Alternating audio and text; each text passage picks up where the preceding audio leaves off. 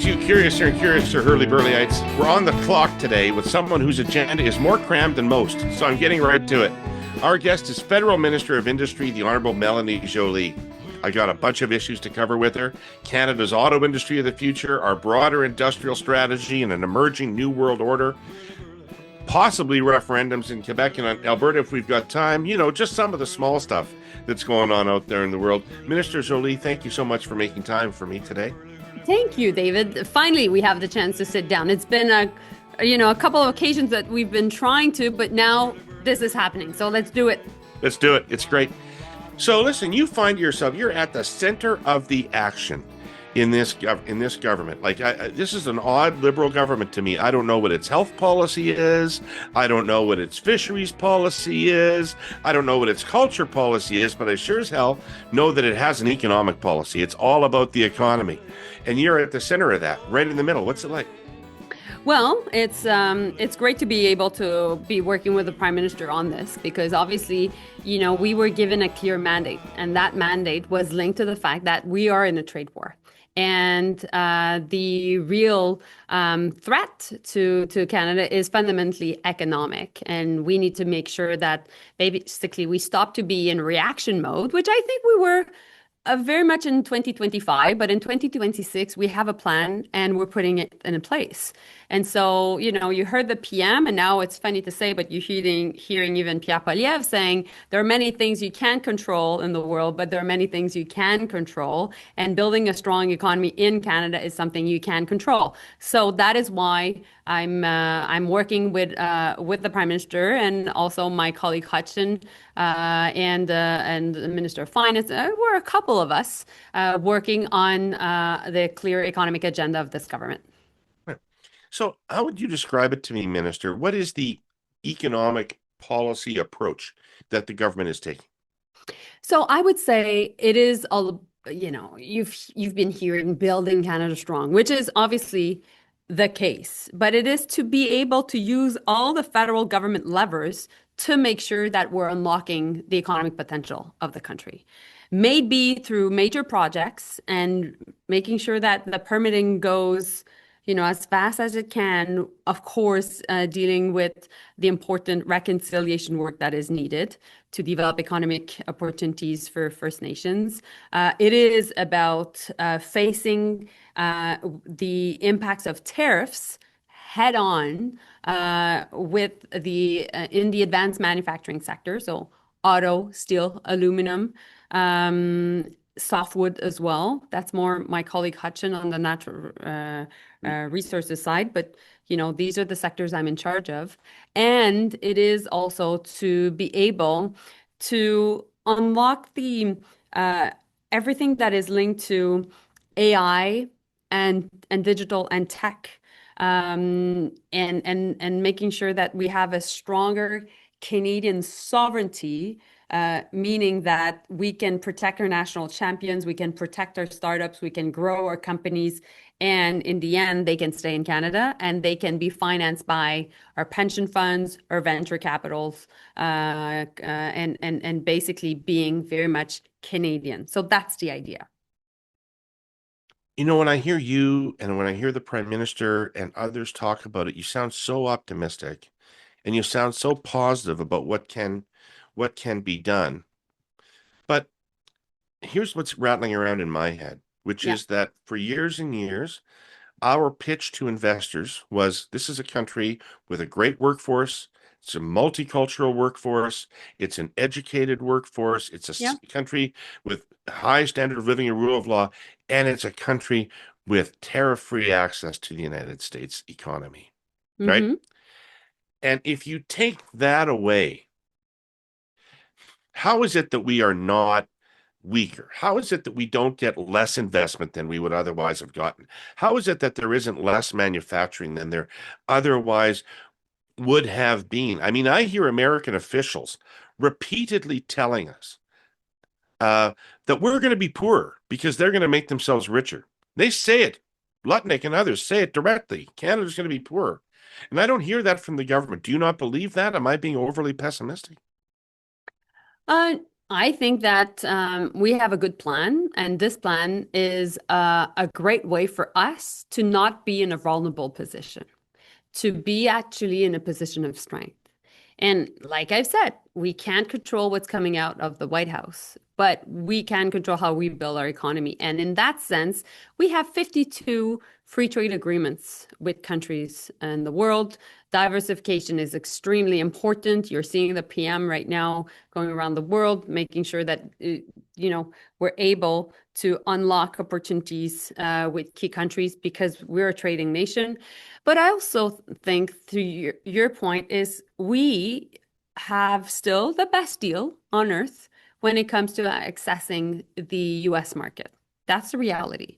Now, when it comes to the sectors that are tariff, that's why we needed plans that were clear. That's why we need to make sure that we were taking care of our steel sector and we have a good plan for the steel sector. That's why we needed to take care of our aluminum workers also in the Saguenay and, well, steel obviously in Sault Ste. Marie and Hamilton, aluminum in mainly Quebec and BC and auto mainly in Ontario, because we would not just accept the fact that things are changing in the US and things may change again in the US. So meanwhile, we need to make sure that we were protecting jobs, we would be creating jobs, and we would be attracting talent investment. And these three, terms, protect, create, attract, have been at the core of actually my own plan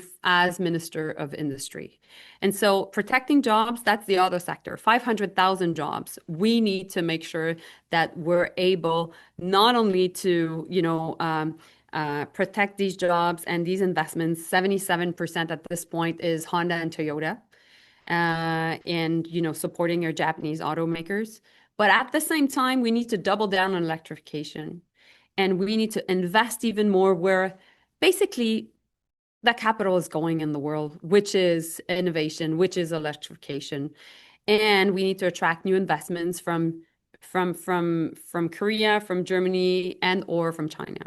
And so that's the idea. And then we need to use our investments in defense to create jobs that will have an impact in the auto sector, in the steel sector, and the aluminum sector. And this will be an economic stimulus, David, for these sectors. So listen, I could go on and on and on, but I'm convinced you have other questions and we can go into the details.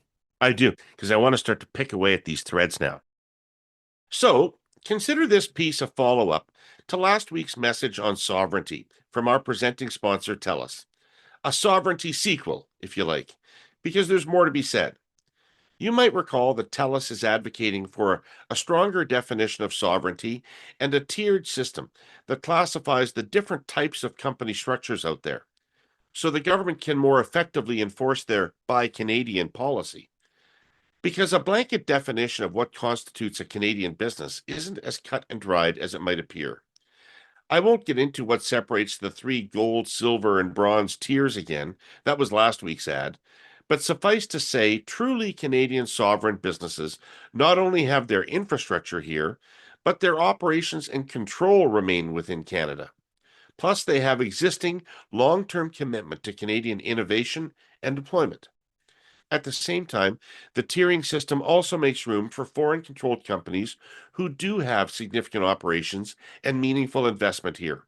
Sovereignty, not solitude, as the minister has been quoted saying. For companies like TELUS, but certainly not only TELUS, it's a matter of putting our top-tier support behind our own industries, our own services, and our own considerable expertise. We all know the context: a rupture of the old world order and rapidly shifting global trade. Canada has been a leader in calling it out and recognizing the need for stronger sovereignty. TELUS applauds and says, let's follow the talk with clear definitions and actions, so the benefits of Buy Canadian are actually realized by Canadians. So, manufacturing is under attack, and I've seen the government take steps to shore up some of those industries, the sectors you've described. But Yep. what I've really seen is the government talking an awful lot about natural resources. I've taught, whether it's oil, whether it's critical minerals, ring of fire, uh, LNG, all these kind of resources things. Is this kind of an admission that in a dog eat dog world, our competitive advantage is natural resources? Well, we have many advantages, many opportunities. Yes, we're a natural resources country. We're also, and the PM has When said I was a there's kid, there was a phrase called hewers of wood and drawers of water. Well, that's the first time I hear that expression. Mm. But Because you're not we my age, unfortunately for me. I'm forever young, I guess, David. Thank you for that. So I think, we're also a food superpower, an agricultural superpower. We are, definitely top notch when it comes to advanced manufacturing. On the AI side, and my colleague Evan Solomon is working on that, we're one of the only countries on earth that has a LLM, which is a large language model company, which is Cohere. And we've done so much work in fundamental research on AI, including actually pretty much inventing AI in Canada because of the great work of Joshua Banjo, Jeffrey Hinton. Basically, we know that story. We need to be better at commercializing it. But I think that, yes, we've been talking about natural resources. They're absolutely important.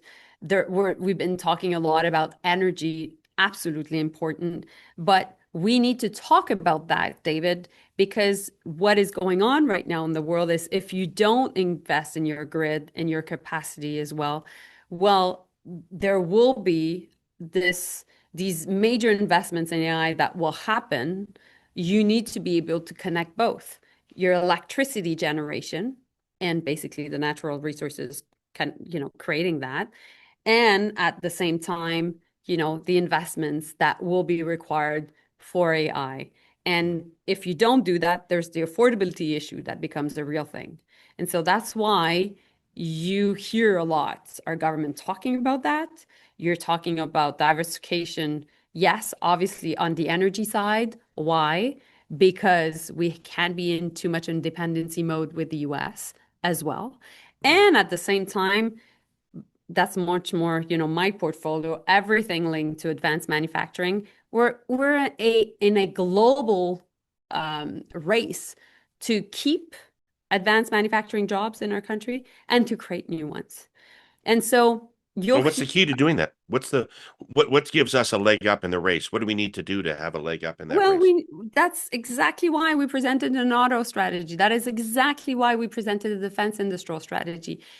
You know, of course, we will be, and I think we're starting from further than other nations in NATO, but all nations of NATO have agreed to get to 5% of their GDP by 2035. Yeah. So clearly, we have to.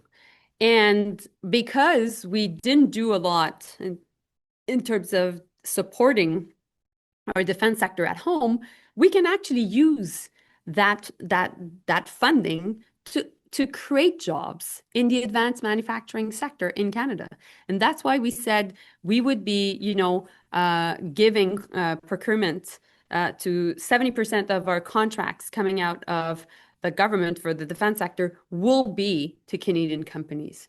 We will grow the defense sector, and their revenues will grow by 240%. We will increase by 50% their export. We're building for us, but also for the world.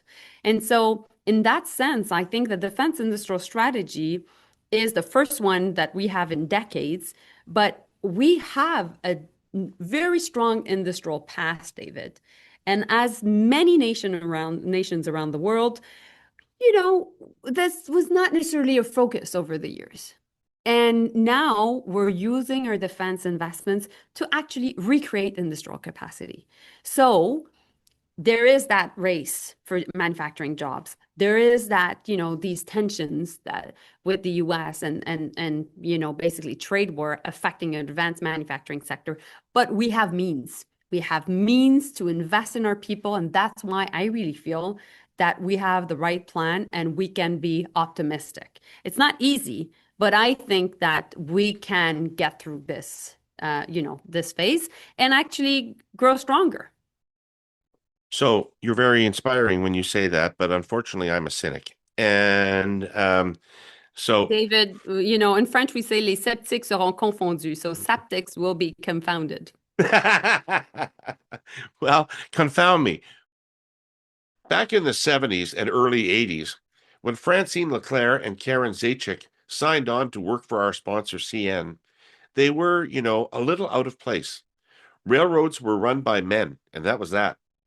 Both women started out braking and manipulating rail cars. It was heavy, potentially dangerous work, pulling and inserting steel pins joining rail cars, coupling and decoupling massive rolling behemoths that move with astounding force and inertia. Francine was also assigned to work the most difficult track switches by bosses who wanted to see if she was powerful enough to handle them. She was. I have always been very physically strong, she says. The National Film Board even made a short movie featuring Karen on the job, laboring among shirtless men. You have to be able to handle it, she tells the camera. A lot of girls couldn't do it, just like a lot of guys couldn't do it. Anyway, time moved on, as it does, and Francine eventually became a supervisor, then an engineer. She and Karen broke ground, just as an earlier generation of women moved into jobs vacated by men who went off to fight in the Second World War, taking on work as conductors, welders, oilers, and painters. And a lot of them, like Francine, managed to do it while raising families. Pretty strong indeed.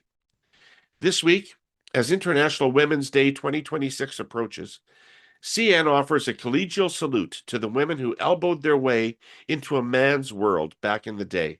A whole lot has changed in 50 years. CN's criterion for hiring and promotion these days is plain, simple common sense, the ability to do the job well. Francine notes that railroaders often beget railroaders. And while it's always nice to hear someone talk about what their granddad did for CN, what she wants to hear is, my grandmother worked on the railway. Hear, hear. Are you telling me that when you are procuring something for the military going forward, somebody over there is 20% cheaper than me, somebody over there is 20% better than me, but I'm Canadian and I get that contract? Well, what I'm telling you is the US has invested in their defense industrial compound for years and has created not only jobs, but great innovations out of it. And it has spurred a lot of growth through that. And every time they will push for everything linked to their own companies, Lockheed, Boeing, etc. France will do the same with Airbus. We are an aerospace nation. We should be supporting our Bombardier, the Avalon, Magellan. We should do that. No question. We should be, clear about it that we're supporting our national champions, period. Um, we are able also to develop the right tech, the right drones. We were able recently to build for the first time an all Canadian electric car. And that was spearheaded by Flavio Volpe because we have the entire supply chain for autos here in Canada. I was just at New Flyer in Winnipeg, and yes, I'm talking to you from Winnipeg right now. And we just launched the first all Canadian zero emission bus to be completely developed, 100% Canadian here in Canada. So we can do it. That's my point. And so I think, we should not be scared. We should embrace that change. We should be able also to defend our sector. And at the same time, yes, we'll continue to work with the Americans on certain things. Yes, we'll be closer to the Europeans on also other aspects of our economy. But we can't stay still and think that things will just happen at us and to us. No, we have to be in control of our own destiny. Are you going to have a pierogi before you leave Winnipeg? Um, I thought of having a donut. I don't think you should leave Winnipeg without having had some pierogies and a kielbasa sausage to go with Well, them. see, I'm going to see Kevin Lamoureux at McDonald's. So at least I They know don't have that. I'll have chicken McNuggets. Oh my God. Anyway. All right. So autos. Au- Autos. Yes. Are we talking about building cars here for the domestic market, or are we talking about building cars here to export to other countries other than the United States? Because I have trouble understanding how we can have a successful auto industry if we can't sell cars into the United States. So a couple of things. I think obviously we are an important jurisdiction when it comes, an important market when it comes to auto. 1.8 million cars are sold in Canada. It's the biggest export market for all the D3. So, Stellantis, GM, and Ford, their biggest export market is Canada. Right. So, first. Second, I really think that we can also export cars to the world. And we've been, doing that for some time, but I think we can do that more because we have free trade agreements with 52 countries, like I've said in the past. But also, we will continue to work on defending our sector and having access to the North American market. And we think that this is to the benefit, obviously, of Canada and Canadians and our auto workers, because I really think that we have the best auto workers in the world. But at the same time, it is to the benefit of the Americans as well. And it's interesting because when you're following, how things have moved in the past year, you know, all the auto manufacturers, the OEMs, like we call them, in the US are actually all on board regarding the CUSMA review, the USMCA review, supporting the fact that indeed there should be an open market, free trade within North America on auto and unions as well. And that's a big shift because that was not necessarily the case by American unions in the past, and now it is the case because we're completely intertwined. We're completely linked. And so what everything is that is being done against our auto sector is actually harming the Americans as well. So we will defend them. We will defend our auto workers. We'll defend the sector. But meanwhile, we will continue to invest and we will use our defense procurement, David, including our submarine contract, to have more investments in the auto sector. Okay. So then my next question would be, why do we Yes. care? Because the auto sector used to be a source of great, well-paying jobs. They had great contracts with the big three, and in the old days, well before you will remember, people used to talk about how auto workers had cottages and shit like that on the lake outside of Windsor. And Hmm. over time, those contracts got whittled down. And then NAFTA came along, and it seemed to me like the auto manufacturing of the big three moved to southern United States and to Mexico. And they weren't opening up new plants in Canada anymore. And now, when I see a Chinese auto plant, they're not using cheap labor, they're using no labor. There's nothing in there but machines putting cars together. So, what actually is the advantage of an auto sector anymore? Well, I would say they're the backbone of our, of our industrial landscape, period.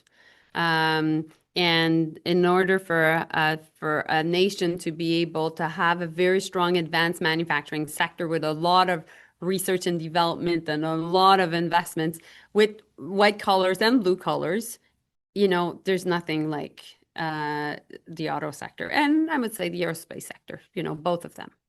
Um, and so I think also that there's been investments in the sector following a period indeed of, following the 2008, 2009 economic downturn and Yeah. major recession. There were lots of closures. But and in the 80s also, there were lots of closures by the D3. And what did the Canadian government do at the time? Well, we brought in the Japanese. And the Japanese, Honda and Toyota, have done great work Mhm. to support our auto workers. And at this point, like I was saying, it's between 75 and 77% of all the auto manufacturing in our country is because of these two companies. And then afterwards, what happened is because of the work of our government, we were able to track investments in the battery sector and electrification.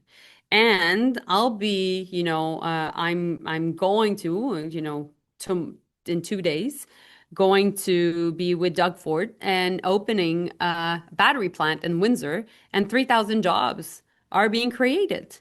These are real jobs, good paying jobs, good unionized jobs. And at the same time as you and I are speaking, in St. Thomas, there is another battery plant that is being built by Volkswagen, and 3,000 jobs are coming as well. And so electrification is a global trend. It won't stop.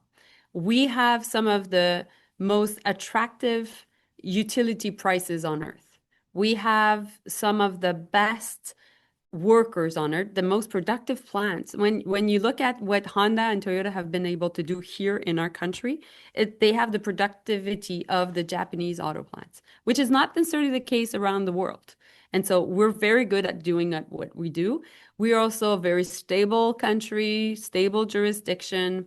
And I think also we've been able to work very well with the Ontario government to support these jobs. So, David, as you see, I'm not a skeptic, nor a cynic, but I really, really think that we can't let down that sector because the price would be actually too high to pay. Canada has an opportunity to lead globally in clean energy, and Bruce Power is taking bold steps forward. The Bruce C project would expand nuclear capacity by up to 4,800 megawatts, making it the largest nuclear generator in the world, while securing energy independence and driving innovation. With billions in economic impact and tens of thousands of jobs supported, this is about more than power. It's about a sustainable future for generations. Learn more at brucepower.com. Can you talk to us about AI for a second? Hmm. Because I have two thoughts in my head about AI. One of which is that for a long time now, smart people have been telling me that we weren't going to have serious growth in any global economy anymore until the next technological advance came along. That it was real technological advances serious technological advances that drove economic growth. And people have been waiting for AI, hoping that AI was that thing. So on the one hand, there's tremendous economic potential in this new technology. Yeah. On the other hand, I've been playing around with something called Claude, Oh, right? yeah. Right? And I think it's better Not than me. not the other ones, Claude. Not the other one's Claude. And I call it Claude, not Yeah. Claude, even though they call it Claude in the States, because I'm a Montreal Canadiens fan from Saskatchewan. And I Yeah, know thank a you, Claude David. when I see one, right? Yeah, me too. Okay. So, Yeah. but this thing is Yeah. fucking good, smart. Yeah. I Yeah. can just white collar jobs in the garbage with this thing. So, how should we feel about this? So, okay, on AI, of course, my colleague Solomon is working on it and he's working on an AI strategy. But clearly, we think that the growth that we're seeing in the US is actually very much linked to AI investments. And if that was not the case, I don't think the economy in the US would go as well. But this is, and the caveat to everything I'm saying is the Middle East war that has just been started. Okay, because obviously there will be economic consequences, and we're 3 days into this war, and you and I don't know yet what will happen. But if we put that aside and we go back to your question, um, I think also that when it comes to AI, we need to make sure that we adopt it because if we don't, other nations and other economies will, and will be at a disadvantage. But at the same time, we need to make sure that there is clear social license that is, given to the companies, the AI companies, because you can't have what happened in Tumbler Ridge be something that is normalized. And so that is why we need to have a very strong social contract with these companies because they'll have access to a lot of our thoughts, a lot of our data, a lot of our, behaviors, a lot of the things that preoccupy us. And at the same time, they'll have access, they will be providing so much benefits to what we do. And I think that, blue colors, white colors, everybody will have to work with these tools. That's just a reality. And we'll have to make sure that, I was just at University of St. Boniface talking to the president. It is about preparing our, university students and college students and trades to be able to use these tools, to make all of us smarter and much more productive and efficient. So I think yes, we can create growth, but that growth needs to be able to support basically our people and support our social safety net. Right. And how does it not wipe out a lot of jobs? Does it not wipe out a lot of jobs? I mean, I'm not Listen, saying that's a bad thing. I mean, people, I mean, listen, you no, go no, through but history and David, people say, the automobile wiped out a lot of jobs in the horse and buggy industry. yeah, So yeah, yeah. I can accept that metaphor if that's what we're going for. There's going to be more jobs over here, but there'll be fewer jobs there. I guess what worries me is I see this thing. I thought, oh, maybe AI will take away rote Yeah. tasks that humans don't need to do.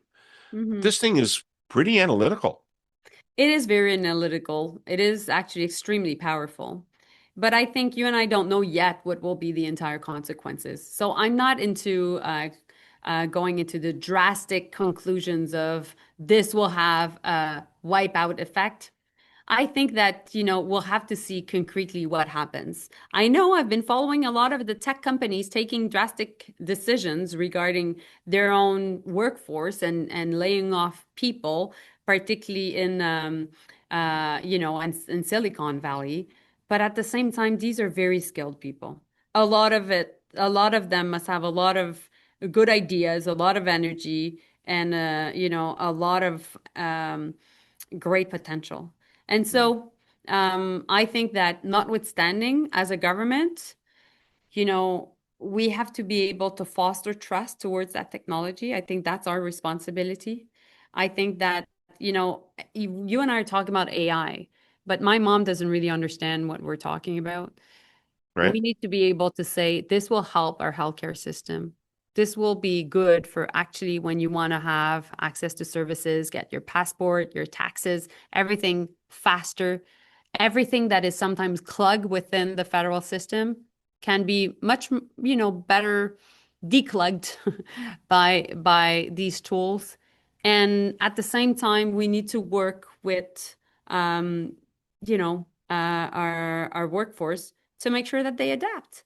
And Mm. listen, we're human beings, David. It's not the last time we'll have to adapt.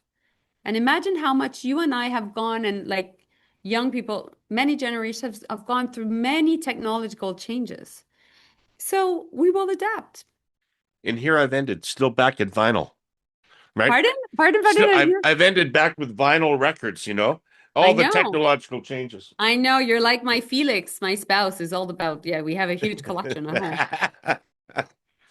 um, I presume a lot of this depends on a real commitment by the Canadian business community to invest in Canada and to Yep. help build Canada.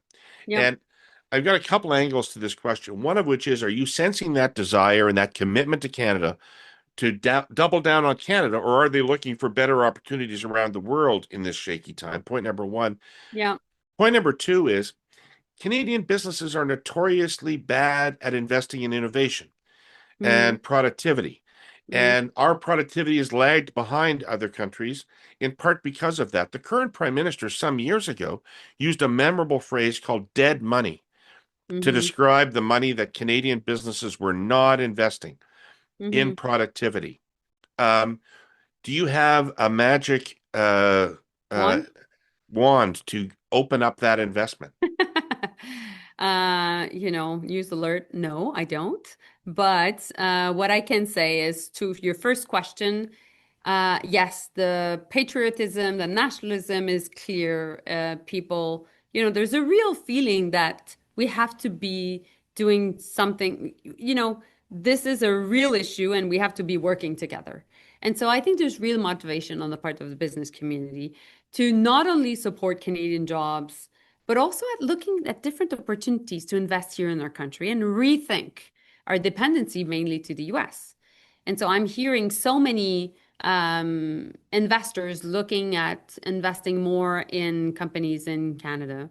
I'm seeing also uh, a lot of companies used to be very dependent on the north-south relationship, are looking east-west more. And actually, the latest numbers regarding foreign direct investments, so basically Canadian companies being able to attract investments in Canada, have is the highest in 18 years. So imagine that. Yeah. So I think that's to your first question. I really think that there's a sense of responsibility and a reckoning that, we have to take care of our own. So first. Second, regarding productivity, I think that we need to be, and I've said it, this is not no news, but I think we have to be more hawkish on competition.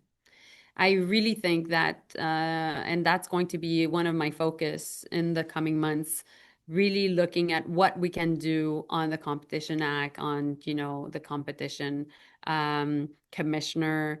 We just took a very daring decision on telecoms, but we need to be able also to change a lot of the things that we've been doing in sectors that are oligopolies. You haven't asked me questions regarding affordability issues yet, but of course, when you're protecting and creating jobs, that's great, but also the cost of living is just increasing. And so we need to find ways to lower prices. And I think that can come also with a lot of addressing some of the productivity issues, and that's certainly something I'll be looking at. Okay. Interesting. Tax season is upon us once again, Herle Burly-ites. And while we're all busy collecting the documents we need, did you know the CRA transitioned 1.4 million Canadians from paper to digital delivery last year? That's right. Taxpayers now access digital copies through their CRA online accounts. Same goes with notices of assessments and reassessments. This digital first approach is something worth applauding, says our sponsor, Fidelity Investments Canada. Over the past couple of weeks on the pod, Fidelity has explained how the outdated paper first investment statement delivery regulation is harmful for the industry and causes so much unnecessary waste. Yet, across so many other sectors in Canada, like pension plans, digital first policy has already been legislated. And globally, well, the UK, Australia, Hong Kong, and Singapore all have modern rules that default investment related documents to electronic delivery. It's time to modernize the industry that affects two-thirds of Canadians. In fact, it's past time. Better for the environment, better for Canadians, and better for prosperity. Tune in next week for more valuable insights from Fidelity. There seemed to be an acknowledgement on the part of the new government that there were inefficiencies built into the system that made investment more challenging in Canada. Mm-hmm, mm-hmm. And so the government's come up with sort of a series of workarounds, I might say, to some of those things, whether it's Bill C5 or whether it's the Major Projects Office or any of these number of things. Yeah. I don't know. You're certainly familiar with the Build Canada people, and I follow them a little bit. And I had their lead guy Daniel on the show once, on the Yeah. podcast here once. Was he good? Was he any good? He's a smart person with a very strong point of view. It's a more right-wing point of view than mine, but it was a strong point of view. And Yeah. I guess the question that would come from him would be, why didn't we just get rid of all of the regulations and rules and policies that were inhibiting investment as opposed to creating workarounds to those things? Well, I believe that the role of the government is to not only spur innovation, investment, etc., but at the same time, we need to also address some of the things that businesses won't necessarily address themselves, which are things linked to indeed the environment, indeed, taking care of the most vulnerable, and indeed making sure that we can, not be in a sense that we're only privatizing the benefits, but socializing basically all the costs. We need to be able to, have a good form of balance. Now, I think that balance can be achieved faster That's where I get frustrated with red tape. And that's why, I've been working with my public servants at industry to make sure that we just take decisions, that we just don't, wait and see. That, if a company wants to invest, well, the form should not be 72 pages. And that, if there's a real investment on the part of the company, can we have a real conversation? Can we make sure that, okay, here's what we want to do. Now, we can't give you free money. If you want to invest for real in your company, no problem. We'll invest with you. This needs to be a good balance of investing. And yes, we will invest more in CapEx than OpEx. So that means we will invest more in everything linked to your assets, your infrastructure. And you were talking about productivity. We will help you to optimize or, make the right investments to increase your productivity. Right. That's what we will do. But I think that when you fall into ideology, whether, no red tape whatsoever, or I wouldn't say no red, but no regulations whatsoever versus too many regulations. That's not how we think. That's not how I think. I think that, the system can work. You just need to make sure to fix it. Okay. So would you say to the business community out there that the sort of approvals process, the permitting process is working as fast as you would like it to work right now? Or are there still things that you want to see happen in that regard? Oh, we can do better. We can go faster. That's for sure. But, sometimes it's Because us. some people tell me that the rhetoric's changed more than the reality. I don't agree. Okay. If I look at the investments that we just approved recently and that we're going to announce soon, I think things are going fast. And, I went 24 hours to Germany last week to meet with Volkswagen and to sign an auto manufacturing MOU, Memorandum of Understanding, with my colleague, the German minister And the one of thing you know about Volkswagen is they would never lie to you about anything. well, that's a question to be asked to Volkswagen. That being said, we sat down and he was saying, I've never seen a government going as fast. Hmm. So, we are extremely proactive right now.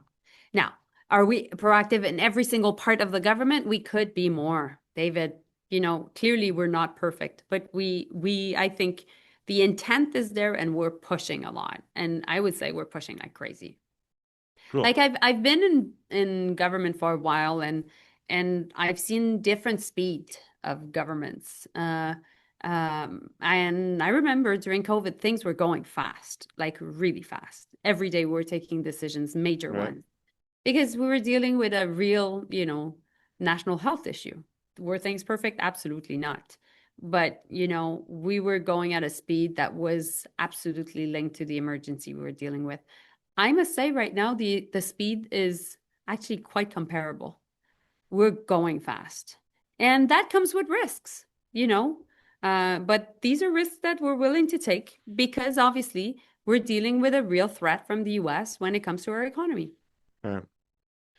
Now, critic might say, a critic might say that a lot of the things that are now being done by the government are things that would have made good sense for us to do had Donald Trump never been elected president of the United States and had this tariff threat never happened. And that the government did not seem seized with the urgency of these things um, prior to the change in leadership. And it's kind of it's kind of I guess, a thing I'm curious about. Without, I don't want you to throw anybody under the bus or reveal I was just cabinets that new flyer, their bus campaign. or reveal cabinet secrets or anything. But is it just the election of Trump that sort of focused the mind on these things, or was there always a vigorous debate inside the government about what ought to be priorities? There's a saying, uh, you know, events, my dear friend, Yeah. events. So we're dealing with the cards, we're playing the cards we were given, And so when we were, in 2015, the world was completely different. COVID hit eventually, and then the Build Back Better didn't happen as we expected it to be. Ukraine happened, then the Middle East war happened, and then Trump happened. And so, hey, we're now, you and I, talking on, the beginning of the Q1 of 2026, and the economy is the most important thing. But the Middle East war just started three days ago again.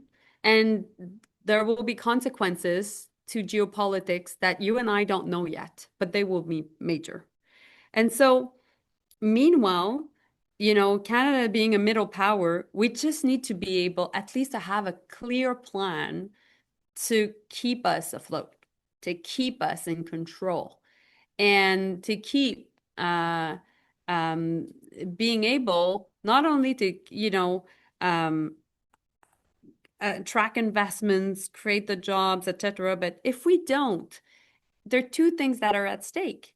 It is obviously your social safety net. Which what does that mean? Is concretely speaking, is the our own way of life and our own well-being and all the services that we've been able to provide ourselves through basically government supporting the most vulnerable in a society. And I profoundly believe that a just society can is a society that takes good care of their most vulnerable, and that's at the core of my political engagement. And at the same time, we should bear in mind that populism and is real, and that if we are not proactive, trust in institutions and in politicians and in everybody in position of leadership in our society will erode, because people will feel that we're not there for them and that we're not close to base their own needs, realities, and basically we're a bearer to their own aspirations, and that basically things are rigged against them. And so that is why, notwithstanding, the work we're doing on the business front, it is all linked to fundamental aspects of our society that need to work together. Because if we're not doing the work that is needed on the economic front, we will, I think, fail a big part of Canadian society. Yeah, very compelling. Thank you. With the few minutes I have left, I want to talk to you a Yeah, little bit about Quebec, if I can. of course, Um, always. yeah, and I'm from Prelate, Saskatchewan, so I'm an expert in this regard. And my I guess if we'd been talking a couple months ago, I might have said the election of the Parti Québécois looked highly likely. Now I would say it looks probable, or more likely than not, that they will form the provincial government. Um, and they have committed to holding a referendum on sovereignty, Yep. right? Um, so my English Canadian read of the polls is that there's not much appetite for sovereignty. Am I right about that? Why are they holding a referendum? Do I need to be worried about this? Can you give me some level set here on this issue? I see you have a hockey stick from Jean Béliveau behind you. I Yeah. do. So yeah, I'm a big fan too. And the Montreal Canadiens, obviously, too. So what can I say regarding the Parti Québécois and Paul Saint-Pierre Plamondon, the leader? Well, I think that he's been clearly saying that he wants to hold a referendum. He's been unequivocal about it. And I think that Quebecers don't want one. Les Québécois don't want one. And I think that Quebecers have always looked at foreign affairs in a very, very, how can I say, they've always looked at what Canada is doing on the world stage as a decision point for them to be part of Confederation or not. It is actually one of the important reasons why Quebec needs to be part of the country. It is how Canada will conduct itself internationally. Mhm. And so Quebecers are very much concerned about what is happening south of the border. And and the fact that we stand strong and that we're able to defend our economic interests, that we're able also to charter a path internationally in these very turbulent geopolitical times is something that is fundamental to Quebecers because they don't want to be weakened at a time where um, so much is at stake and political hegemony is a real thing. I also think also that the strength of the economy and of the strength of the economic power of Canada is also something that Quebecers are looking at, particularly at a time where there is an economic threat against our country and obviously against Quebec. And so that is also something that they'll bear in mind. And my third point would be after geopolitics and the economy is defense. At a time where basically there is real threat of international conflict and a real security crisis, Quebecers will look at being able to work with all Canadians to defend ourselves and defend the province. And these investments through the defense industrial strategy and the defense strategy itself are extremely important. And so I always thought that actually Quebecers are always even more following geopolitics because they're following what's going on south of the border, but they're also looking at what's going on in Europe even Yeah. more. And they all always have a point of view, which is not always the same with the rest of the country, but they definitely have the same point of view as the vast majority of Canadians when looking at what's going on with the US right now. Yeah, yeah, that's I mean, I think a very strong argument that we are a bulwark. Canada is a bulwark for Quebec, not a threat to Quebec in And this current environment. and David, just think about why Confederation was created. And, at the time, it was, many Quebecers that wanted a responsible government and wanted also to, were looking what was going on south of the border and wanted to decide to create this country, which at the time was not, was a dominion of the, British Empire, but which was to protect three of the fundamental rights of the Francophone French Canadians, which was their language, their religion, which was Catholicism at the time more, and also civil law. So basically, how they were organized, how society was organized. And I think that, more than 150 years later, these rights have been protected, not perfectly, but they've been very much protected. And now, more than ever, in a, chaotic environment, they could be even more threatened and therefore even more protected within Canada. And in that context, it is clear that there is no need for a referendum. And I'll defend that on every single how can I say, forum and I would say tribune in French, and at every single occasion, for sure. Awesome. Minister, thank you so much for your time. I know how busy you are. Thank you It's for a your pleasure. service to the country, and I know you've given up a lot to do this job, and I appreciate it. Thank you very much. Thank you, David. Take good care. You too. I'd like to thank our sponsors for making this show possible, and all of you Herle Burly-ites who took the time to watch or listen to Minister Joly. And we'll be back next week with more of the Herle Burly. But how could it be this compelling? Seriously. See you then. Herle Burly, Herle